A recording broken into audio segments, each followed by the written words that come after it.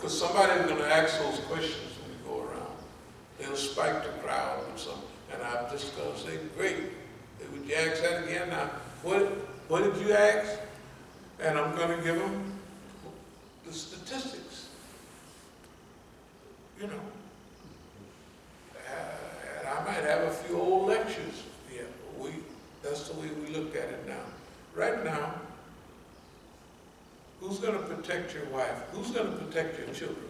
Who's going to protect your old people? The old people is dying like flies, all this stuff. I don't know why they hooked it up like this, but they leaving too fast. You know what I mean? And it's not comfortable. Okay. I don't want to be melodramatic, but if you've never been in the back room with the white man, I would say you don't know him if he just went to school with him. You gotta have been in the back room with him when there ain't nobody there but him, you and him. I mean, him and his crew, all of them, and you. And the way he looks and the way he talks and his attitude. Okay, everybody can get their degree and it says on there you're a good American citizen and you got such and such.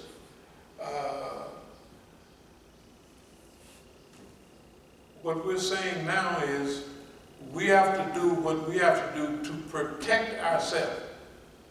We got to get up so close to him that he can't hit us. Right?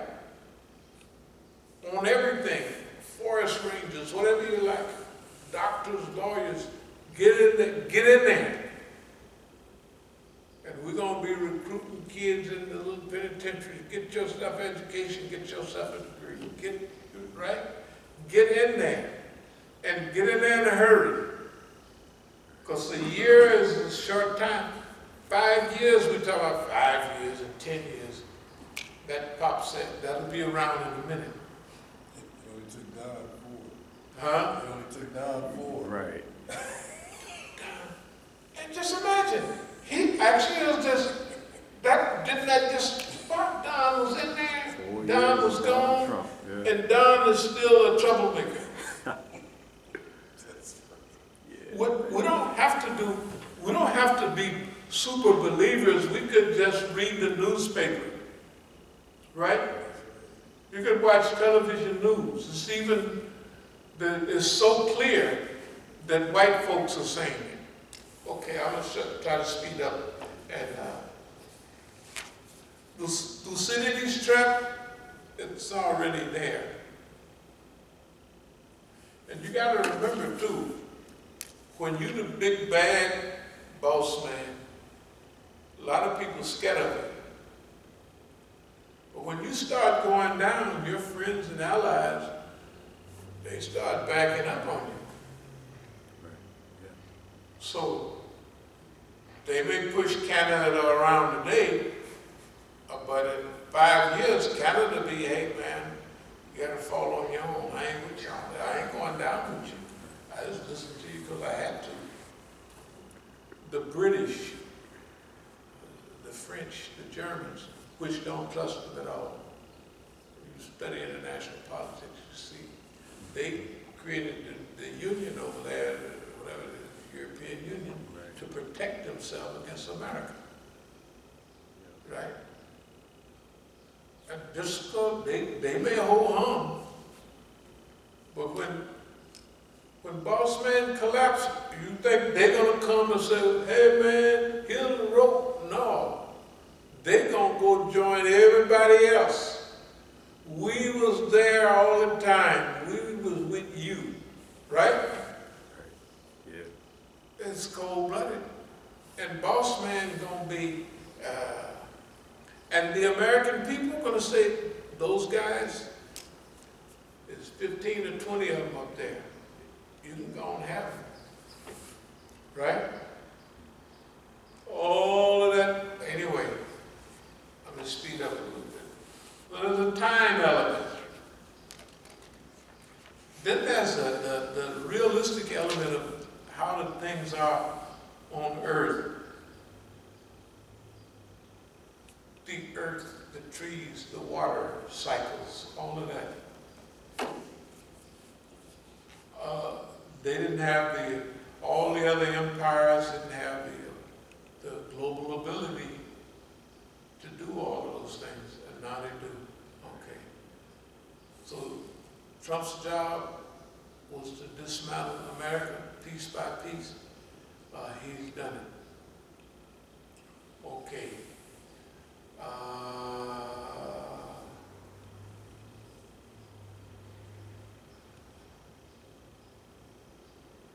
A lot of the stuff will just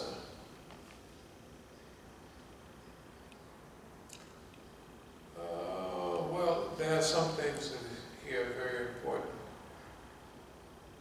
Old famous white man said, "Early to bed, early to rise makes a man healthy, wealthy, and wise." Anybody know who that was?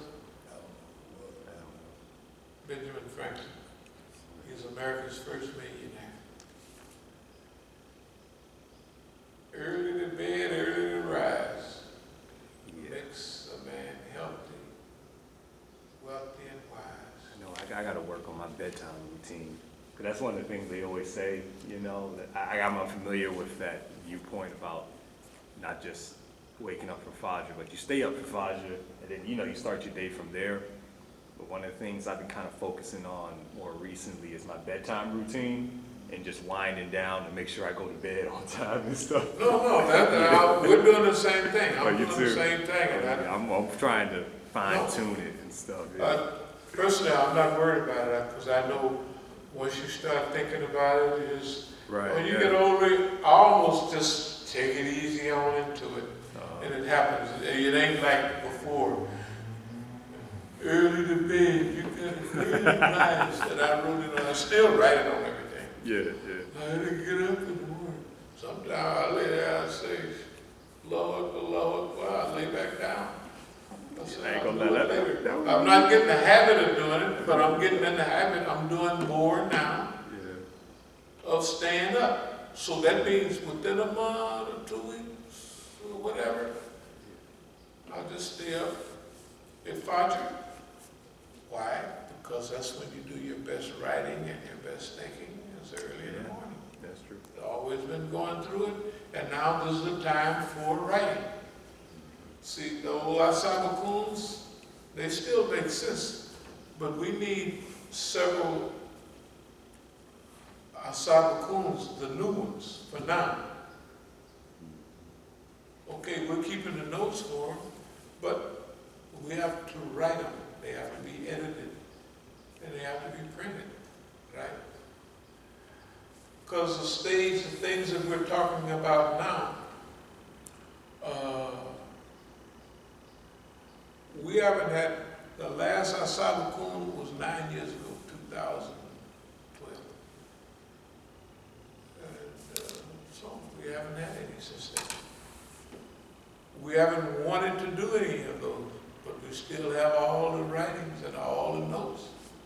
So basically, if we go back to California, after the Eid al-Adha, the period that we're doing now to then will be organizational period. And all the stuff we're talking about, that's what we'll be doing.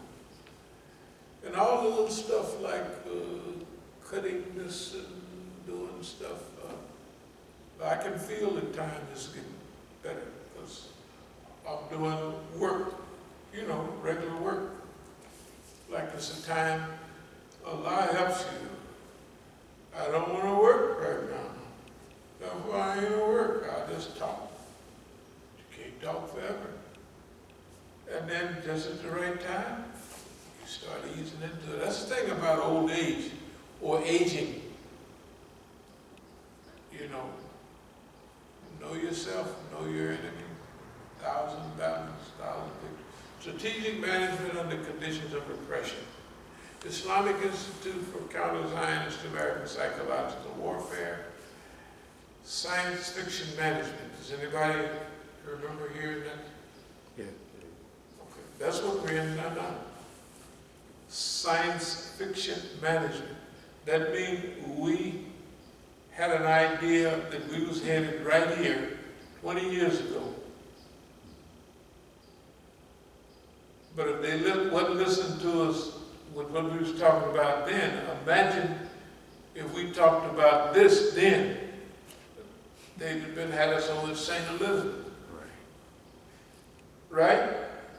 I mean, if people couldn't pick up regular Islamic Institute for Counter-Zionist American Psychological Warfare, which is clear what is going on, then, okay, how was they going to get up with science? Man, leave that white man doing this, and he pushing his button, and right? They were. They would be able to St. Elizabeth till now they said, oh, maybe he was right, you know. Strategic management under conditions of repression. Every last article we ever wrote on that was spot on, in time, and on time. And now, we don't even have to call it science fiction management. We could call it up-to-date general management. Management for Negroes. Modern management for colored people. Something like that, right? Right. Or modern management for humanity. Explain next steps in writing. That means, talking about it is one thing, but when you put it on paper, it has a serious permanent. I think writing it down in an organized way is even more powerful than speech sometimes. Because, okay, for people who can read and act on it, that's one thing. Some people are motivated more by speeches. But in the past, before this recording of speeches, it was the written word that would go a long way. And there's still an element of that, the written word. But don't worry, we're doing them both. We ain't gonna take no chances. We speak, see it. Okay, continuous tragedies because, this is not arrogance, because of ignoring Musa. If you ignore long enough, you become ignorant. That's what it is. You ignore this, you ignore that, so now you become ignorant. This is making fun of the boss man. Boss man, the ones that's running it, has to be considered ignorant. And over there they call him Mustakbirun, arrogant and jahil. They say he's ignorant and arrogant. Ah, that's a deadly combination, right? But that's what we're seeing. We're witnessing ignorance and arrogance. There's no way around it. Okay.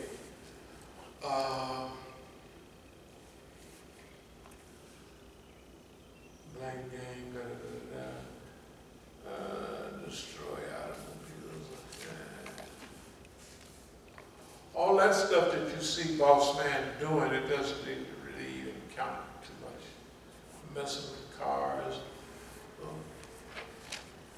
Then I sell the car for $100 and it runs for 20 years to whoever buys it. It's okay, it's no problem.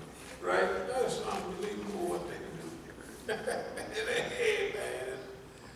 You know, I look at it like this. For what we're doing, I couldn't be booted out. The white man could have pulled the trigger a long time ago. Maybe it's some of the coonology, oh, boss man, you go there, the brother that's playing, you know. I mean, you don't hear it, but he hears. I know what I'm telling him. Oh, boss man, shit up this plan. You know, niggas don't know nothing. Right? You just go over this. How can a nigga come up with that? You know, nigga. Somebody told that nigga don't even know what he's saying. He's talking that and he don't even understand it. It's like a white boy. No. Very rich Arab. We was in, what's them clubs they have, speaking clubs?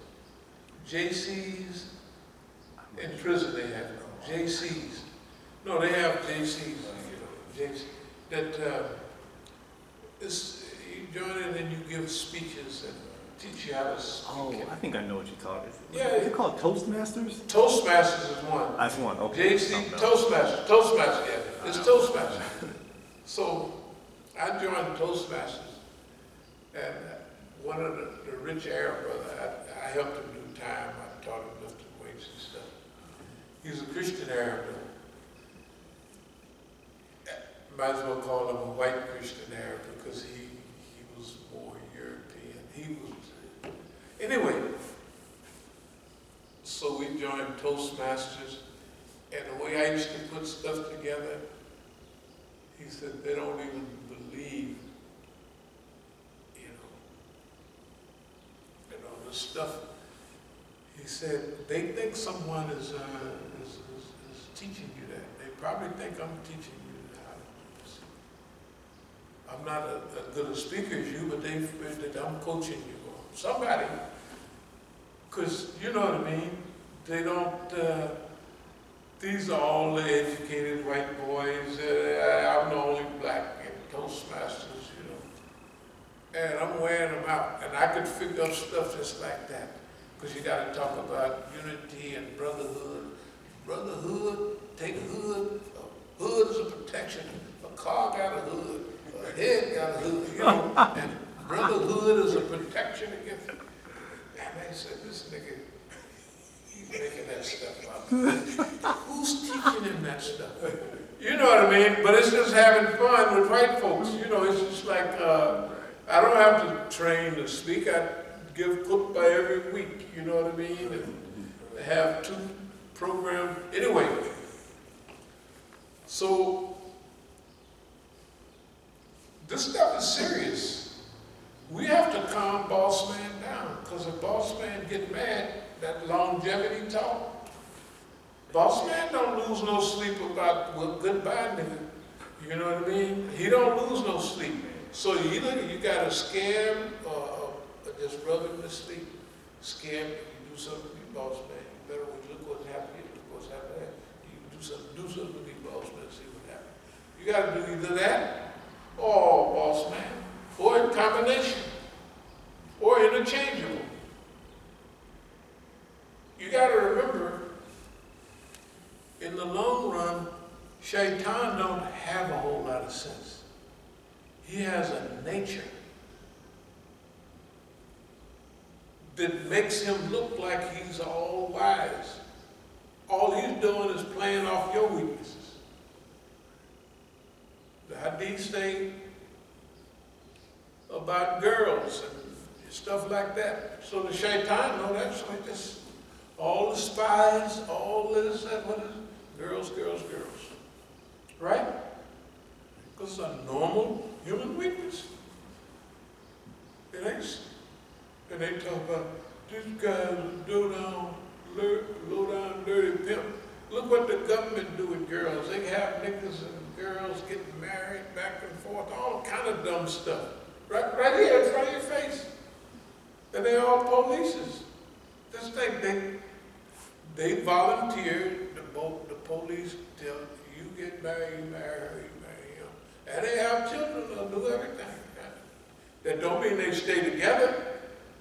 Because when boss men tell, okay, you separate over here, they move, go over there, they go there. They do all that for boss man. Boss man tell them what to do. Boss man or the shaitan, or whoever it is. Okay, this is moving toward a close.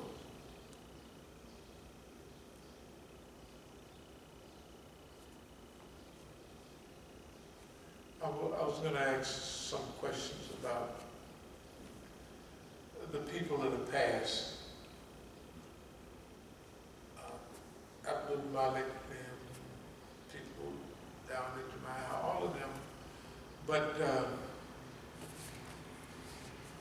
I'm only going to